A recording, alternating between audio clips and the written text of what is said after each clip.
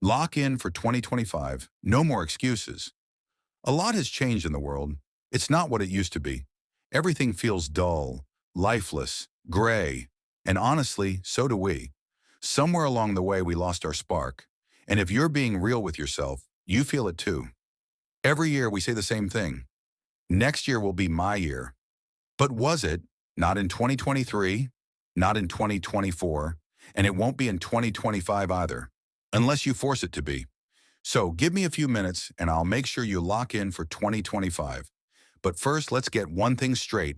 I'm not here to motivate you. Motivation is a sugar rush, and I'm not selling candy. I'm here to give you the tools, perspective, and a reality check to make this your year. For real. You're not trying as hard as you think. I know you think you've been trying. Maybe you started a workout plan, but quit after 2 weeks because life got busy. Or you set some vague goal like, I want to be better. Better at what? Breathing? You've been doing that since birth. The truth? Trying isn't enough if you're half-assing it. You're not failing because life is unfair. Yeah, life is unfair. But you're failing because you're waiting for things to magically work out. Newsflash, they won't. You need to stop waiting for life to align with your vibes and align yourself with your goals. You have time, you're just wasting it. Ever said, I don't have time? Funny because you had time to scroll TikTok for 3 hours. You had time to binge watch that show for the fourth time. You had time to stare at the ceiling thinking about how you have no time. Do you see the problem? Let's do the math. 24 hours in a day, 8 hours of sleep, 8 hours of work or school, 2 hours for eating and daily stuff. That leaves 6 hours. So what are you doing with them? If you can't answer that without stuttering, you just found your problem. Stop consuming, start acting. We live in the easiest era to learn anything. Want to start a business? There are free tutorials, AI tools, and templates that will guide you. Want to get fit?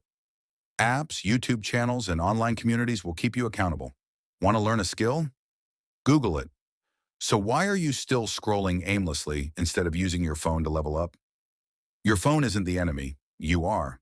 It's a tool. Use it like one. Otherwise, it'll treat you like a joke. Goals are useless without systems. Saying I want to save money is cute, but what's your plan? Are you tracking expenses, automating savings, or just hoping your bank account will surprise you?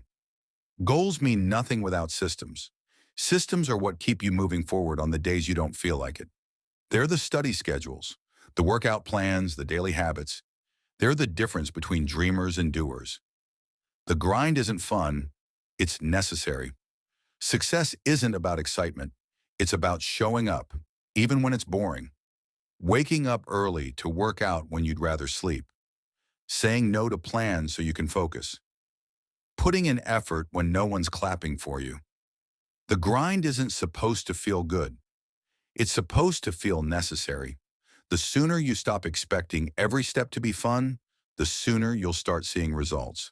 The biggest lie: balance. You've been told you can balance everything perfectly. Work, life, growth, rest. You can't. At least not if you want to achieve something big. If you really want to win, some things will have to slide.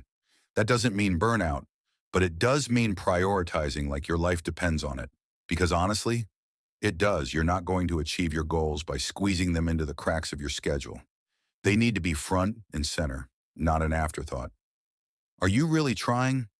It's easy to say I'm trying, but are you really? Or are you just dabbling?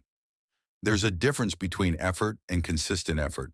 One gives you short-term progress, if that. The other changes your life. If you're not where you want to be, ask yourself, is it because the world is against you? Or is it because you haven't fully committed? You can't half commit and expect full results. No more waiting, force it. I'm not saying this as someone perfect. I'm not. But I can confidently say I'm the best version of myself that I've ever been. And that's because I stopped waiting for success to be handed to me. I forced it. And if I can do that, why can't you? Look, this is your wake-up call. I'm not going to end this with some cheesy, you've got this, because maybe you don't. That's up to you. But if you decide to lock in, really lock in, 2025 won't be another year of empty promises. It'll be the year you stop saying next year will be my year and start saying this year is mine. The world won't fix itself for you. It's still going to be gray and lifeless. But you're smart, you're adaptable, and you're stronger than you think. So are you in, or are we having this same conversation next year? You tell me.